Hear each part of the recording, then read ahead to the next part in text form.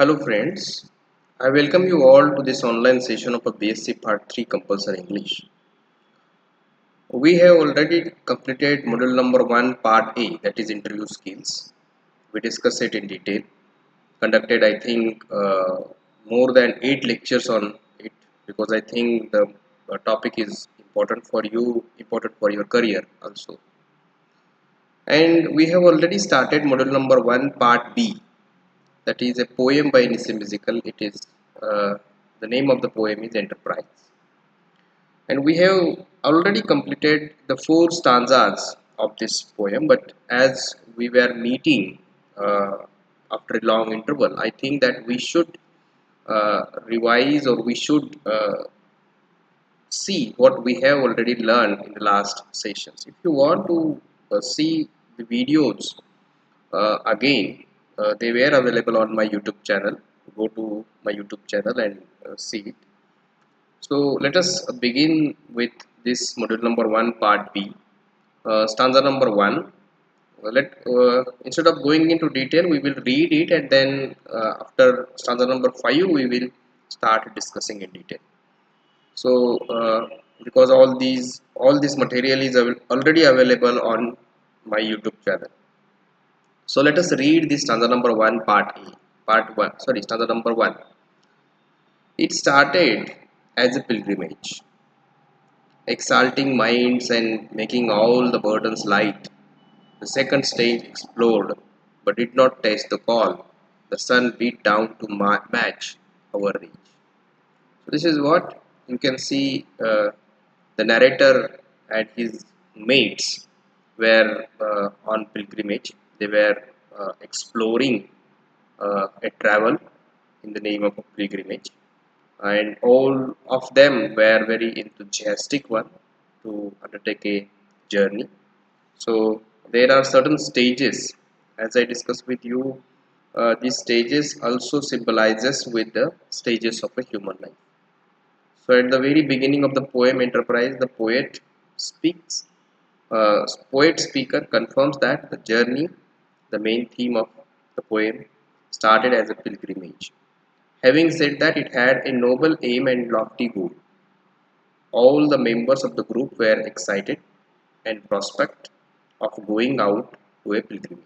So you can understand that everybody, when they started journey, were enthusiastic. Most of them were also motivated. Thought of a whole expedition elevated their minds and made all the burdens light.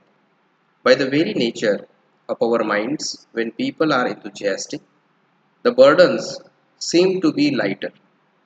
That is why nothing could pose a challenge before them at the moment. So, when the journey we undertake, we never think about the hurdles, or even if there are hurdles, we never thought that they were impossible to uh, cross or impossible to break down. Then the second stage. So the poet has divided the journey into stages. The second stage was somewhat different from the first one.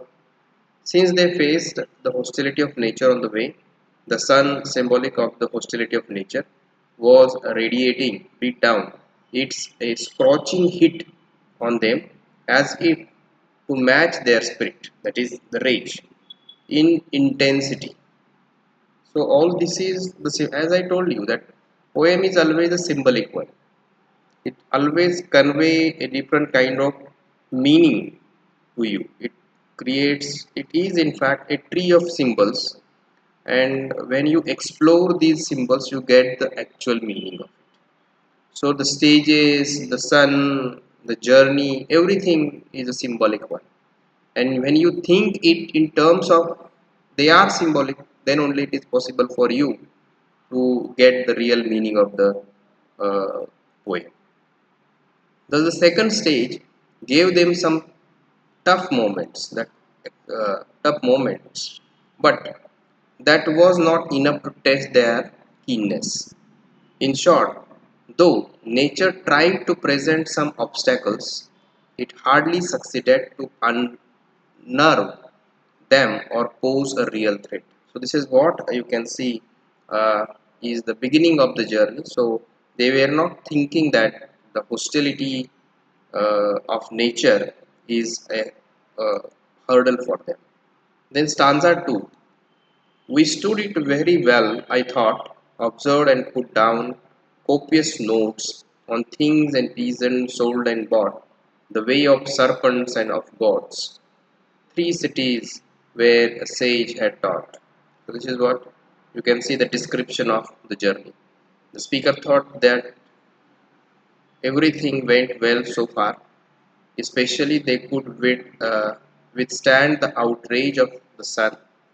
They also kept themselves busy observing and taking a lengthy notes on various things the farmers were selling and buying, and on the way of snakes and goats.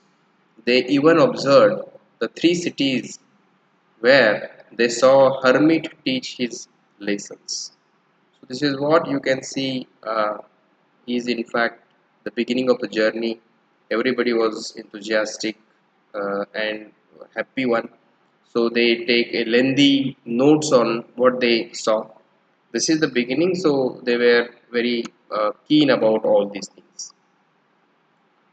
What is the symbolic point here? See, in this stanza of the poem Enterprise, the poet has satirically described what they were doing during their journey. He actually indicates to how people get distracted from the main mission.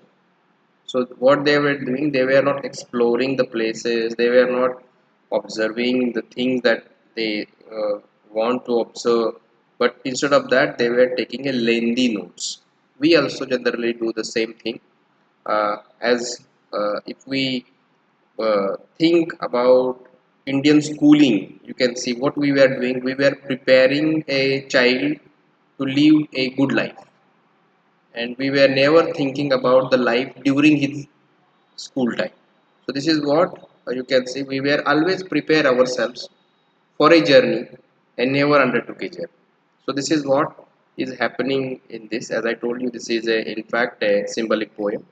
So they were distracted from their main mission of exploring the places, observing the things. They were wasting their time and energy taking notes on the humdrum aspects of life, on curiosities, which were certainly not their aim. We also generally do the same thing.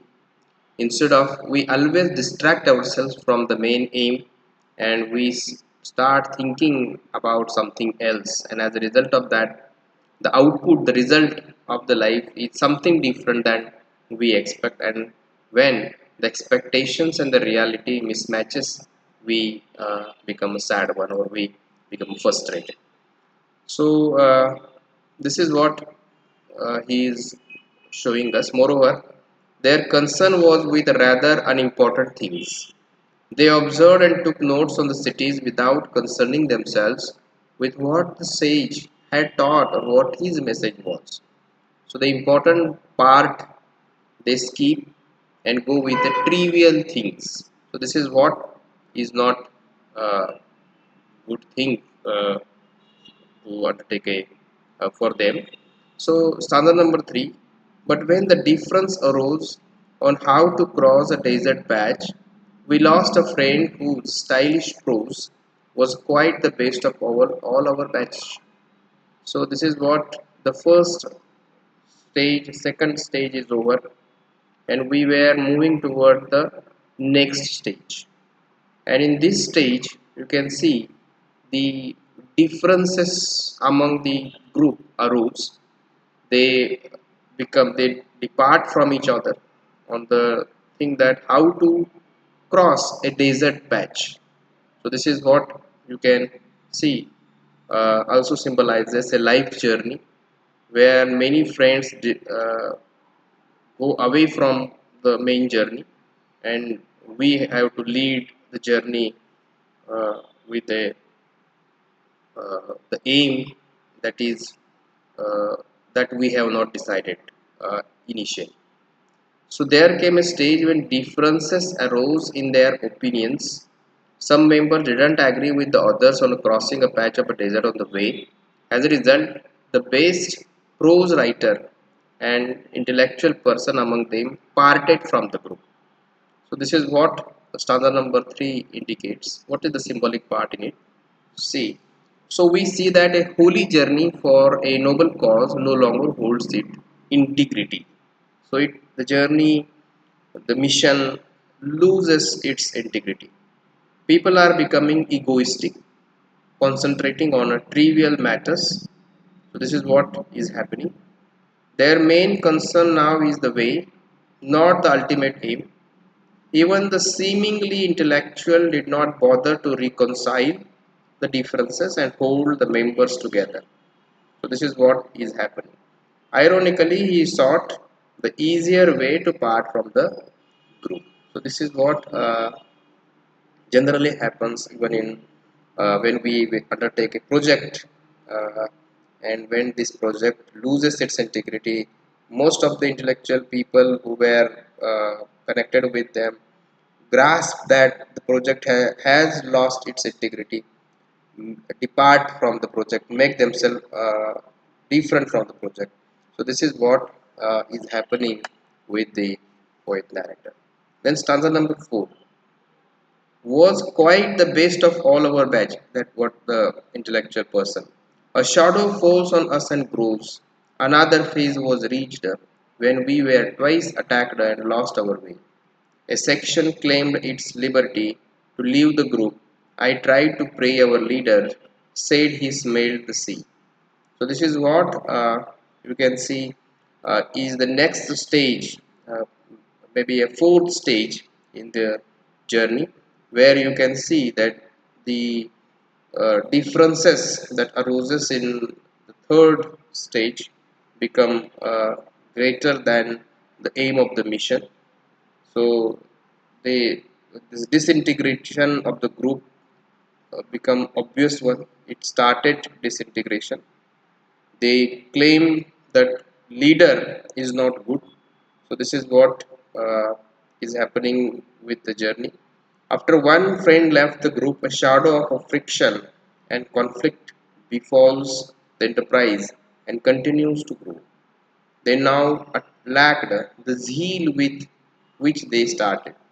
So the enthusiasm, the uh, energy that they have started with when they started this journey, they have lost it.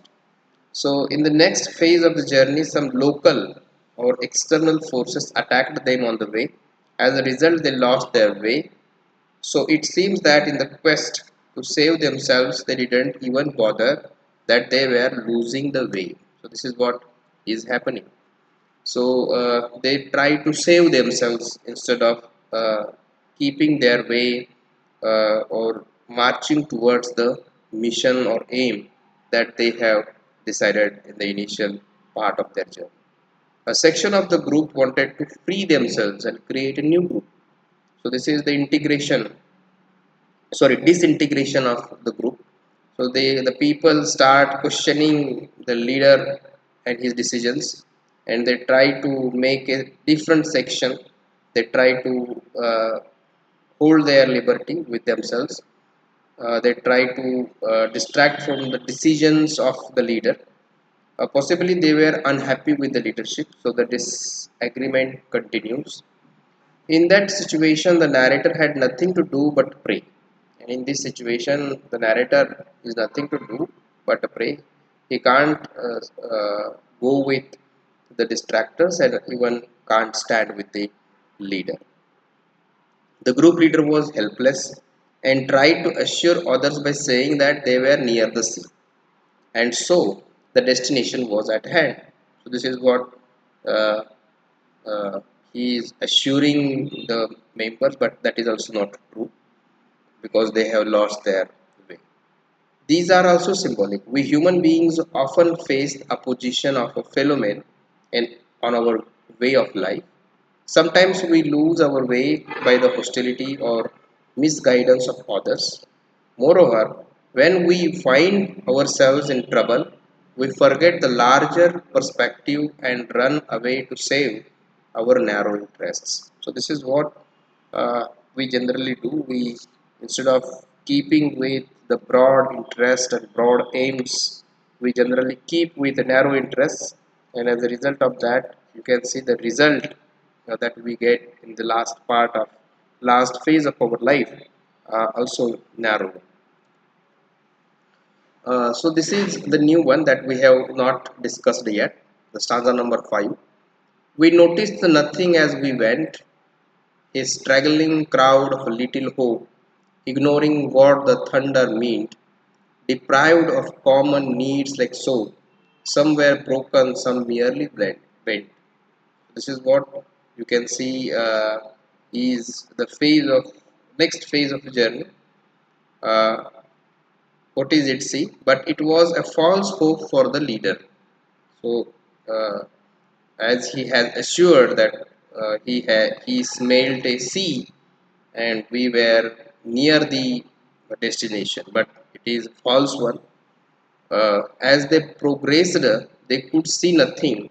They now looked like a group of aimless and hopeless wanderers. So they have lost their way, they have lost their integrity, they have lost their aim. So they are now just a hopeless wanderers. They were no more pilgrims. So they were too tired to understand what thunder meant. They were in such a dire condition that they were deprived of common needs like soap. So this is what is happening with them as the journey takes time. Uh, the hurdles and all other difficulties increased, and it reached to a climax where they were deprived of a common needs like a soap. Ignoring the thunder may also mean that they ignore what their inner self suggested. So this is what is happening with them. They didn't have any idea of what was happening around. So initially they were taking the notes of what is happening around them, what they were observing, what they are doing. All these they have taken lengthy notes in the initial part, but now they were uh, they were not that much faithful with themselves in observations and all. Seeming they were exhausted and lost their faith by now, the entire enterprise was reduced to a motiveless ritualistic exercise. So this is what motiveless. There is no motive as such to this journey now, and what they are were doing is just a ritualistic exercise. They were physically drained too, not only mentally but they are physically also drained. Some members were not able to walk anymore, and the other just bent down with pain. So this is what is happening. This is also symbolic one that bent down and broken suggests the broken psyche or uh, the psyche of a frustrated man. The broken and bent stands for a frustrated psyche of the fellow man. Stanza number 6. When finally we reach the place, so this is the last phase of the stanza, when last phase of the poem, last phase of the journey, last phase of life, when a man, a pilgrim, or a poet narrator reached to the final place, we hardly know why we were there. So they have lost everything. They have lost their motive, they have lost their integrity, they have lost their aim, and when they reach to the place where they want to reach, they hardly know why they were there. So the trip had darkened every face. So instead of filled with enthusiasm, filled with new experiences, this trip had darkened their faces. Our deeds were neither great nor rare. So what they have done is not a great thing. Home is where we have to gather grace. So this is what After facing a lot of difficulties, when they reached the destination, they wondered why they had been there. They did not find the journey meaningful at all. So, this is what futility of life, futility of journey is depicted in this stanza. The hardship of the journey had darkened everyone's face, but they failed that it was not worth the effort. So, this is what the frustration of a uh, of the narrator of the fellow group, where uh, finally they find that what they were decided initially and what they have get in the end. After reaching there, they found out that there was nothing extraordinary in their journey. Moreover, many other groups had reached there earlier, so it was not a rare achievement either. So this is what they think. They were thinking that they were taking a rare achievement. They were taking a rare. Uh, they were exploring a rare thing in their lives or trying to do something great. But when they reached at the end, they come to know that it is not a great or it is not even rare. So that is why the narrator concluded that they should have stayed at home and tried to gather love and respect of others. This is what the final conclusion of the narrator. Doing good to the making mankind makes more sense, and it's a better way than going to a pilgrimage to gather God's grace. So let's continue this poem. Both the journey and the conclusion in the last line of the poem Enterprise are highly metaphorical. Metaphorical means Rupakatmak. It stands for something else and draws a lot of critical evaluation of a human life. Critics are divided in their opinions on what the poem Enterprise may hint at. As I told you, in literature, there is no a perfect meaning as such. There is a most probable meaning because there are the interpretations. So, Enterprise, few may think that it is for a pilgrimage, it stands for a religious purpose.